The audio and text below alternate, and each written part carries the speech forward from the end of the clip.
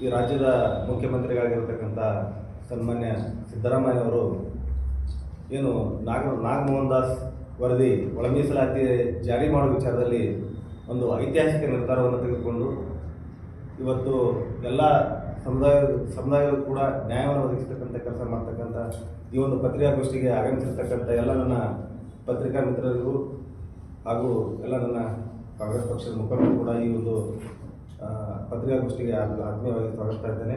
ಹಾಗೆ ಈ ಒಂದು ಪತ್ರಿಕಾಗೋಷ್ಠಿಯಲ್ಲಿ ನಮ್ಮ ಕಾಂಗ್ರೆಸ್ ಪಕ್ಷದ ಮುಖಂಡರಾಗಿರ್ತಕ್ಕಂಥ ವಸಂತ ಹೊಮ್ಮಡಿಯವರಿದ್ದಾರೆ. ಆಮೇಲೆ ಜಯನಗರ ಬ್ಲಾಕ್ ವಿಜಯಪುರ ನಗರ ಬ್ಲಾಕ್ನ ಅಧ್ಯಕ್ಷರಾಗಿರ್ತಕ್ಕಂಥ ಪರಶುರಾಮ್ ಹಸ್ಮನಿಯವರಿದ್ದಾರೆ. ಆಮೇಲೆ ಇಂಡಿ ಬ್ಲಾಕ್ ಕಾಂಗ್ರೆಸ್ SC ಘಟಕದ ಅಧ್ಯಕ್ಷರಾಗಿರ್ತಕ್ಕಂಥ ಬಾಬು ಗುಡಿನವರಿದ್ದಾರೆ. ಜಿಲ್ಲಾ ಕಾಂಗ್ರೆಸ್ ಉಪಾಧ್ಯಕ್ಷರಾಗಿರ್ತಕ್ಕಂಥ ಸುಭಾಷ್ ಕಾಲೇವರಿದ್ದಾರೆ. ಹಾಗೆ ನಮ್ಮ ಜಿಲ್ಲಾ ಕಾಂಗ್ರೆಸ್ SC ಘಟಕದ ಸಂಘಟನಾ ಕಾರ್ಯದರ್ಶಿ ಆಗಿರ್ತಕ್ಕಂಥ ಕೃಷ್ಣ ಲಮಣಿಯವರಿದ್ದಾರೆ. ಅದೇ ರೀತಿಯಾಗಿ ನಮ್ಮ ಕಾಂಗ್ರೆಸ್ ಪಕ್ಷದ ಇನ್ನೋರ್ವ ದಲಿತ ಮುಖಂಡರಾಗಿರ್ತಕ್ಕಂಥ ಸಂತೋಷ್ ಬಾಲ್ಗಾಯಿ ಅವರು ಕೂಡ ಈ ಒಂದು ಪತ್ರಿಕಾಗೋಷ್ಠಿಯಲ್ಲಿ ಭಾಗವಹಿಸಿದ್ದಾರೆ. ಇವತ್ತು ನಾವು ನೋಡ್ತಾ ಇದ್ದೀವಿ, ಸುಮಾರು 35 ವರ್ಷಗಳ ಒಂದು ಸುದೀರ್ಘ ಹೋರಾಟ, 3 ದಶಕಗಳು ಅಂದರೆ ಸಾಮಾನ್ಯ ಅಲ್ಲ. ಇವತ್ತು ಬೀದಿಯಲ್ಲಿ ರೋಡಲ್ಲಿ ಬಿದ್ದು ಇವತ್ತು ಒಳ ಮೀಸಲಾತಿಗಾಗಿ ಒಂದು ದಲಿತ ಸಮುದಾಯ ಹೋರಾಟ ಮಾಡ್ಕೊಂಡು ಬಂತು. ಅದರ ಒಂದು ಹೋರಾಟದ ಪ್ರತಿಫಲ ಇವತ್ತು ಸಿದ್ದರಾಮಯ್ಯನವರು ಏನು 101 ಪರಿಶಿಷ್ಟ ಜಾತಿಗಳು ಬರ್ತಿದ್ದಾವೆ, ಆ ಎಲ್ಲ ಪರಿಶಿಷ್ಟ ಜಾತಿಗಳಿಗೂ ಕೂಡ ನ್ಯಾಯವನ್ನು ಒದಗಿಸ್ತಕ್ಕಂಥ ಕೆಲಸವನ್ನು ಇವತ್ತು ಸಿದ್ದರಾಮಯ್ಯನವರು ಮಾಡಿದ್ದಾರೆ.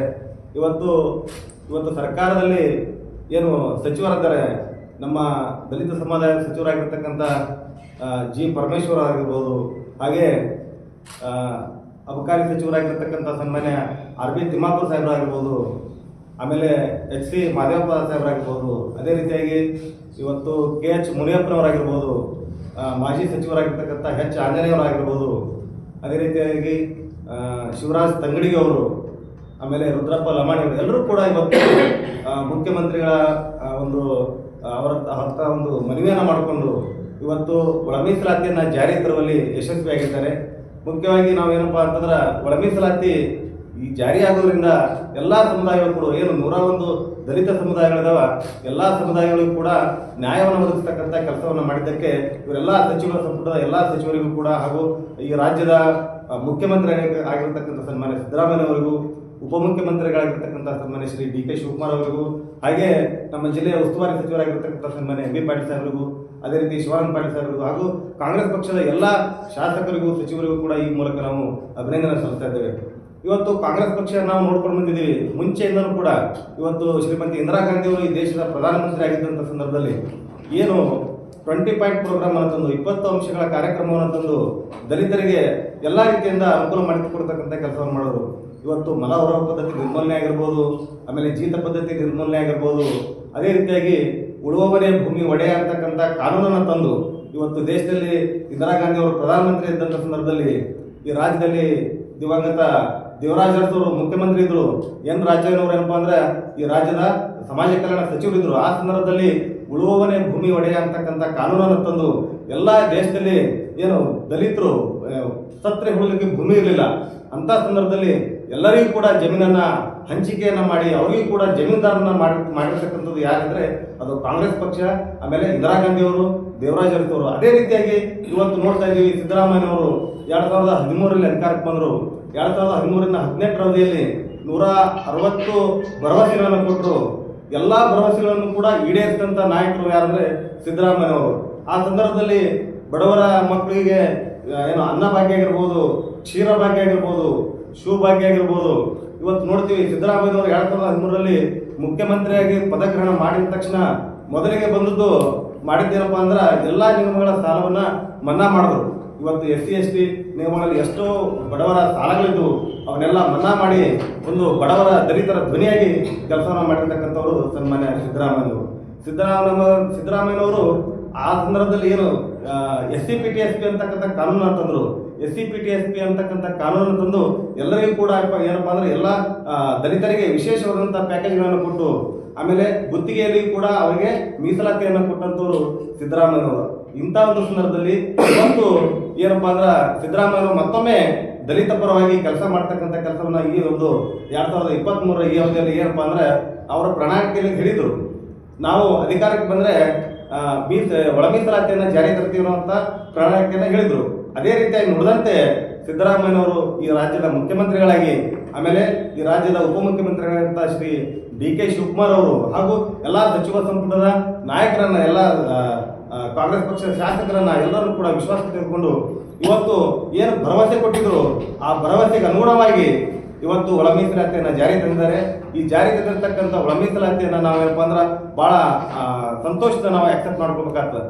ಯಾಕಪ್ಪ ಅಂತಂದ್ರೆ ಎಲ್ಲ ಸಮುದಾಯಗಳಿಗೂ ಕೂಡ ಇವತ್ತು ಬಲಗೈ ಸಮುದಾಯಕ್ಕೆ 6%, ಎಡಗೈ ಸಮುದಾಯಕ್ಕೆ 6%, ಹಾಗೆ ಸ್ಪೃಶ್ಯ ಜಾತಿಗಳು ಏನಂತೀವಲ್ಲ ಅವಾಗ 5%, ಅವ್ರಿಗೂ ಕೂಡ ಏನಪ್ಪ ಅಂತಂದ್ರೆ ಎಲ್ಲರಿಗೂ ಕೂಡ ಈ ಮೀಸಲಾತಿಯನ್ನ ಸಮ ಪ್ರಮಾಣದಲ್ಲಿ ಹಂಚಿ ಅವರಿಗೂ ಕೂಡ ಏನಪ್ಪ ಅಂದ್ರೆ ಶೈಕ್ಷಣಿಕವಾಗಿ, ಆರ್ಥಿಕವಾಗಿ, ಸಾಮಾಜಿಕವಾಗಿ ಸಬಲೀಕರಣ ಆಗಲಿಕ್ಕೆ ಒಂದು ಅವಕಾಶವನ್ನು ಮಾಡಿಕೊಟ್ಟದ್ದು ಸನ್ಮಾನ್ಯ ಸಿದ್ದರಾಮಯ್ಯನವರು, ಕಾಂಗ್ರೆಸ್ ಸರ್ಕಾರ. ಆದ್ದರಿಂದ ಈ ಸಂದರ್ಭದಲ್ಲಿ ನಾವು ಕಾಂಗ್ರೆಸ್ ಪಕ್ಷಕ್ಕೆ ಮತ್ತು ಸಿದ್ದರಾಮಯ್ಯನವರಿಗೆ ಹಾಗೂ ಎಲ್ಲ ಸಚಿವರಿಗೂ ಕೂಡ ಈ ಮೂಲಕ ನಾನು ತುಂಬ ಹೃದಯದ ಅಭಿನಂದನೆಗಳನ್ನು ಸಲ್ಲಿಸ್ತಾ ಇದ್ದೇನೆ.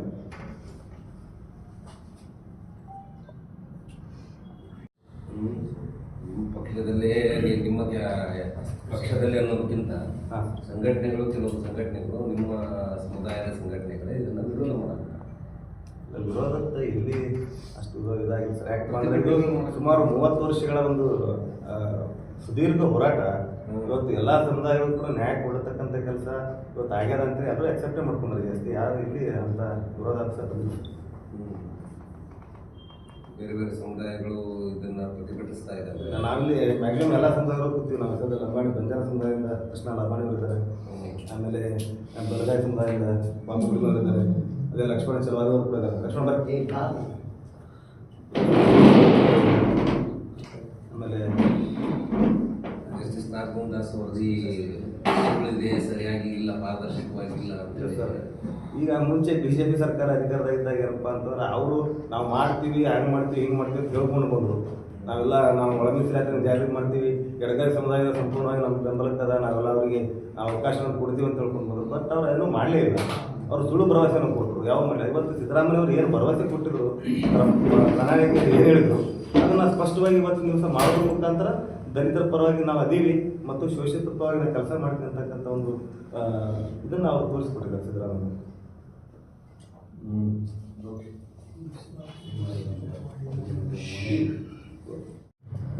ಸ್ವಾತಂತ್ರ್ಯ ನಂತರ ಬಾಬಾ ಸಾಹೇಬ್ ಅಂಬೇಡ್ಕರ್ ಅವರು ಪರಿಶಿಷ್ಟ ಜಾತಿಗೆ ಮತ್ತು ದಲಿತರಿಗಾಗಿ ಏನೊಂದು ರಿಸರ್ವೇಷನ್ ಮೀಸಲಾತಿಯನ್ನು ಸೌಲಭ್ಯ ಒದಗಿಸಿಕೊಟ್ಟರು. ಆ ಸಮಾಜ ಕೂಡ ಮುಖ್ಯವಾಹಿನಿ ಮಾಡಿ ಅವ್ರಿಗೆ ಕೂಡ ಸವಲತ್ತುಗಳು ಸಿಗಲಿ ಅನ್ನೋ ಒಂದು ಉದ್ದೇಶದಿಂದ ಮೀಸಲಾತಿಯನ್ನು ಒದಗಿಸಿಕೊಟ್ರು. ತದನಂತರ ಮುಂದೆ ಬರ್ತಾ ಬರ್ತಾ ಕೆಲವೇ ಜಾತಿಗಳಿಗೆ ಸೀಮಿತವಾಗಿದ್ದಂಥ ಈ ಮೀಸಲಾತಿ 101 ಜಾತಿಗಳು ಸೇರ್ಪಡೆ ಆಗುವ ಹಂತಕ್ಕೂ ಒಂದು ಮುಟ್ಟಿತು.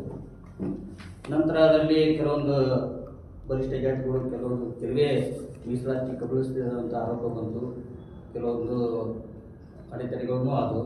ಇದನ್ನೆಲ್ಲ ಮನಗಂಡು ದಲಿತ ಸಮಾಜ ಆಯಾ ಜನಸಂಖ್ಯೆ ಅನುವಾರ ಎಲ್ಲ ಜಾತಿಗಳಿಗೆ ಸೌಲಭ್ಯ ಸಿಗಬೇಕು ಅನ್ನೋ ಉದ್ದೇಶದಿಂದ ಸುಮಾರು ಒಂದು 3 ದಶಕಗಳ ಹಿಂದೆ 90ರ ದಶಕದ ನಂತರ ಒಳ ಮೀಸಲಾತಿಗಾಗಿ ಹೋರಾಟ ಸ್ಟಾರ್ಟ್ ಮಾಡ್ತು.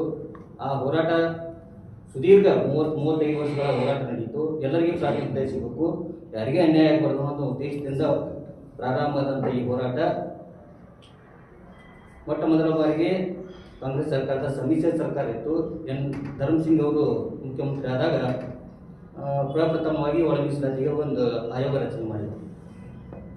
ಆಯೋಗದ ಮೊದಲನೇ ಅಧ್ಯಕ್ಷರಾಗಿ ಹೈಕೋರ್ಟ್ನ ನಿವೃತ್ತ ನ್ಯಾಯಮೂರ್ತಿಗಳು ಡಾಕ್ಟರ್ VS ಮಣಿಮಠ ಅವ್ರನ್ನ ನೇಮಕ ಮಾಡಿದರು. ತದನಂತರ ಮುಂದೆ ಬರ್ತಾ AJ ಸದಾಶಿವ ಅವರು, ನ್ಯಾಯಮೂರ್ತಿ AJ ಸದಾಶಿವ ಅವರು ಆ ಆಯೋಗದ ಅಧ್ಯಕ್ಷತೆಯನ್ನು ವಹಿಸಿ ಜನಸಂಖ್ಯೆವಾರು ಒಂದು ಮೀಸಲಾತಿ ವರ್ಗೀಕರಣಕ್ಕಾಗಿ ಒಂದು ಸರ್ವೆ ಮಾಡಿದರು. ಆ ಸರ್ವೆಯನ್ನು ವರದಿನೂ ಒಪ್ಪಿಸಿದ್ರು. ಕಳೆದ BJP ಸರ್ಕಾರ ಆ ಸರ್ವೆಯನ್ನು ಎಕ್ಸೆಪ್ಟ್ ಮಾಡ್ಕೊಳ್ಳಿಲ್ಲ, ತಿರಸ್ಕಾರ ಮಾಡಿ JC ಮಾಧುಸ್ವಾಮಿ ಅವರ ಆಯೋಗವನ್ನು ಮಾಡಿದರು.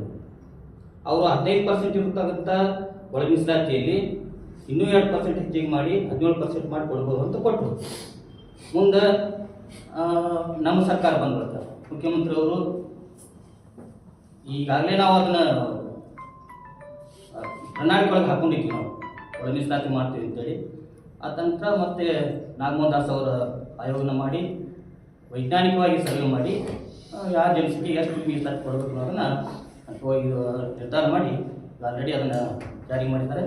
ನಾವೆಲ್ಲ ಸ್ವಾಗತ ಮಾಡ್ತೀವಿ.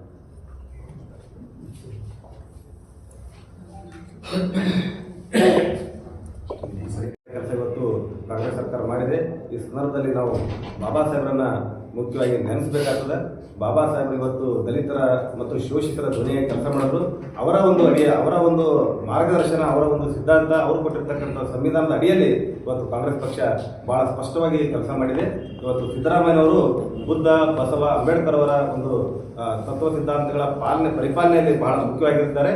ಅದೇ ರೀತಿಯಾಗಿ ಕಾಂಗ್ರೆಸ್ ಪಕ್ಷವು ಕೂಡ ಸಂವಿಧಾನದ ಒಂದು ಆಶಯಗಳಿಗೆ ಯಾವತ್ತೂ ಕೂಡ ಒತ್ತಡ ಕೊಡ್ತಾ ಅಂತಕ್ಕಂಥ ಒಂದು ವಿಚಾರ ಈ ಒಂದು ಸಂದರ್ಭದಲ್ಲಿ ನಾವು ಬಹಳ ಸ್ಪಷ್ಟವಾಗಿ ಹೇಳಕ್ಕೆ ಇಷ್ಟಪಡ್ತೀನಿ. ಯಾಕಪ್ಪ ಅಂದ್ರೆ ಇವತ್ತು ನಾಗಮೋಹನ್ ದಾಸ್ ವರದಿ ಏನಪ್ಪ ABCD ವರ್ಗೀಕರಣ, ಒಳ ಮೀಸಲಾತಿ ವರ್ಗೀಕರಣ ಬಹಳ ಸ್ಪಷ್ಟವಾಗಿ ಎಲ್ಲರಿಗೂ ಕೂಡ ನ್ಯಾಯವನ್ನು ಒದಗಿಸಲಿಕ್ಕೆ ಒಂದು ಅವಕಾಶ ಸಿಕ್ತು. ಆ ಒಂದು ಅವಕಾಶ ಕಾಂಗ್ರೆಸ್ ಪಕ್ಷ ಬಹಳ ಸ್ಪಷ್ಟವಾಗಿ ಮತ್ತು ಒಳ್ಳೆಯ ಒಂದು ಅಭಿವೃದ್ಧಿ ವಿಚಾರದಲ್ಲಿ ಎಲ್ಲರಿಗೂ ಕೂಡ ಒಳ್ಳೆಯದಾಗಲಿಕ್ಕೆ ಅವಕಾಶ ಮಾಡಿಕೊಟ್ಟದಕ್ಕೆ ಮತ್ತೊಮ್ಮೆ ಸಿದ್ದರಾಮಯ್ಯನವರಿಗೂ ಹಾಗೂ ಈ ದೇಶದ ಏನು ಶ್ರೀ ಮಲ್ಲಿಕಾರ್ಜುನ್ ಖರ್ಗೆ ಅವರು AICC ಅಧ್ಯಕ್ಷರಾಗಿರ್ತಕ್ಕಂಥ ಮಲ್ಲಿಕಾರ್ಜುನ್ ಖರ್ಗೆ ಅವರಿಗೂ ಕೂಡ ನಾವು ಈ ಸಂದರ್ಭದಲ್ಲಿ ಅಭಿನಂದನೆಗಳನ್ನು ಸಲ್ಲಿಸಲಿಕ್ಕೆ ಇಚ್ಛೆ ಪಡ್ತಾ ಇದ್ದೀವಿ. ಯಾಕಪ್ಪ ಅಂದ್ರೆ ಇದೆಲ್ಲಕ್ಕೂ ಕಾರಣ ಏನಪ್ಪಾ ಅಂದ್ರೆ ಮಲ್ಲಿಕಾರ್ಜುನ್ ಖರ್ಗೆ ಅವರಾಗಿರ್ಬೋದು, ಪ್ರಿಯಾಂಕ್ ಖರ್ಗೆ ಆಗಿರ್ಬೋದು, ಅದೇ ರೀತಿಯಾಗಿ HC ಮಾದೇವಪ್ಪನವರಾಗಿರ್ಬೋದು, RP ತಿಮ್ಮಾಪುರ್ ಸಾಹೇಬರಾಗಿರ್ಬೋದು, ಎಲ್ಲ ಸಚಿವ ಸಂಪುಟ ಎಲ್ಲರೂ ಕೂಡ ಈ ಒಂದು ABCD ವರ್ಗೀಕರಣಕ್ಕೆ, ಒಳ ಮೀಸಲಾತಿ ವರ್ಗೀಕರಣಕ್ಕೆ ಸಹಕರಿಸಿ ಒಂದು ಅವಕಾಶವನ್ನು ಮಾಡಿಕೊಡೋದಕ್ಕೆ ಮತ್ತೊಮ್ಮೆ ಎಲ್ಲರೂ ಕೂಡ ವಂದಿಸಿ ನನ್ನ ಎರಡು ಮಾತುಗಳನ್ನು ಮುಗಿಸ್ತಾ ಇದ್ದೀನಿ.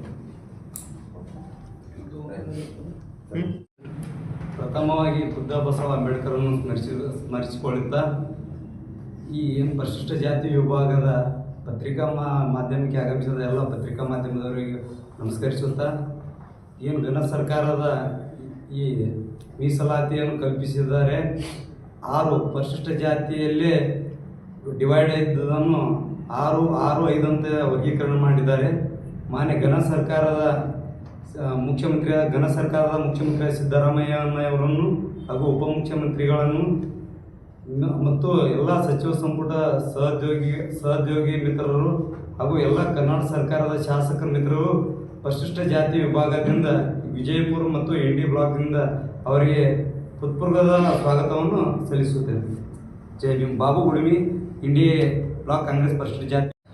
ಡಾಕ್ಟರ್ ಬಾಬಾ ಸಾಹೇಬ್ ಅಂಬೇಡ್ಕರ್ ಅವರನ್ನು ಮನಸ್ಸಿನಲ್ಲಿ ನಿಂತ ಇವತ್ತು ಪತ್ರಿಕಾ ಮಾಧ್ಯಮ ಮಿತ್ರರಿಗೆ ಅಭಿನಂದನೆಗಳು ಹೇಳ್ತೀನಿ. ಯಾಕಂದ್ರೆ ನಮ್ಮ ಸಂಬಂಧ ಇವತ್ತು ಬಂದು ಎಲ್ಲರೂ ತಾಸುಗಟ್ಟಲೆ ಕಾಯಿದ್ರಿ ನಮ್ಮ ಸಂಬಂಧ ಮೊದಲನೇದಾಗಿ. ಮತ್ತು ಇದು ಮೀಸಲಾತಿ 30 ವರ್ಷದಿಂದ ಹೋರಾಟ ಮಾಡ್ಕೊಂಡು ಬಂದಂಥ ಮೀಸಲಾತಿ ಈಗಿನಿಲ್ಲ. ಇವು ಸರ್ ಅಂದರು ಇಲ್ಲ ಒಳಗೊಬ್ಬರೊಬ್ಬರು ವಿರೋಧ ಮಾಡ್ತಾ ಇದ್ದಾರಂತೆ, ಬೇರೆ ಸಂಘಟನೆಯವರು ಮಾಡ್ತಾ ಇದ್ದಾರಂತ. ಮಾಡ್ತಾರೆ, ಎಷ್ಟೇ ಒಳ್ಳೇದು ಮಾಡಿದ್ರು ಕೆಲವರು ಮಾಡ್ತಿರ್ತಾರೆ. ಆಗ 99.9% ಎಲ್ಲರೂ ಒಪ್ಕೊಂಡಂತಾರೆ ಈ ನಾಗಮೋಹನ್ ದಾಸ್ ವರದಿಯನ್ನು. ಅದಕ್ಕೆ ಈ ವರದಿ ಒಪ್ಪಿಸಿದಂಥ ಸಿದ್ದರಾಮಯ್ಯನವರು ಹಾಗೂ ಇನ್ನು ಸಂಪುಟ ಸಚಿವರು, ಎಲ್ಲ ನಮ್ಮ MLAಗಳು, ನಮ್ಮ ಕಾಂಗ್ರೆಸ್ ಪಕ್ಷದ ಪರವಾಗಿ, ಎಲ್ಲ ದಲಿತರ ಪರವಾಗಿ ಮತ್ತು ಹಿಂದುಳಿದರ ಪರವಾಗಿ ಅವರಿಗೆ ಅಭಿನಂದನೆಗಳನ್ನು ಸಲ್ಲಿಸ್ತಾ ಇದ್ದೀನಿ. ಧನ್ಯವಾದ. ಈಗ ನೀವು ದಲಿತ ಸಂಘಟನೆಗಳನ್ನು ಮನವರಿಕೆ ಮಾಡಿ ಕೊಡುವುದರಲ್ಲಿ ಫಸ್ಟ್ ಪ್ರೆಸ್ ಮೀಟ್ ಸರ್, ದಲಿತ ಸಂಘಟನೆಗಳು ಎಲ್ಲ ಕಡೆ ಈಗ ಪತ್ರಿಕಾಗೋಷ್ಠಿ ಮಾಡಿ ಮತ್ತು ವಿಜೃಂಭಣೆ ಆಚರಿಸಿ ಅದನ್ನ ಅಕ್ಸೆಪ್ಟ್ ಮಾಡ್ಕೊಂಡಿದ್ದಾರೆ. ಎಲ್ಲಿ ಕೂಡ ವಿರೋಧ ಮಾಡಿಲ್ಲ.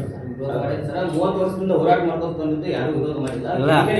ಇದಕ್ಕೆ ಮುಂಚಿತವಾಗಿ ಕೆಲವೊಂದು ಸಂಘಟನೆಗಳು ಪ್ರತಿಭಟನೆ ಮಾಡ್ತಿಲ್ಲ. ಈಗಂತೂ ಎಲ್ಲರೂ ಒಪ್ಕೊಂಡಿದ್ದಾರೆ. ಅವೈಜ್ಞಾನಿಕವಾಗ್ಯದ, ಇದನ್ನ ಸರಿಯಾಗಿಲ್ಲ, ಸದಾಶಿವ ಆಯೋಗ ಅಂತ ಹೇಳಿ ಎಲ್ಲ ಕಡೆ ಕೂಡ ಭಿನ್ನಾಭಿಪ್ರಾಯ ಸತ್ಯ. ಅದರ ಸಲುವಾಗಿ ಸಿದ್ದರಾಮಯ್ಯ ಅವರು ಮತ್ತೊಂದ್ಸಲ ಏನ್ ಮಾಡಿದ್ರು, ನಾಗಮೋಹನ್ ದಾಸ್ ಜಸ್ಟಿಸ್ ನಾಗಮೋಹನ್ ದಾಸ್ ಮತ್ತೊಂದ್ಸಲ ಅವಾಗ ನೀವು ಪ್ರೆಸ್ ಮೀಟ್ ಯಾಕೆ ಮಾಡಲಿಲ್ಲ ಅಂತ.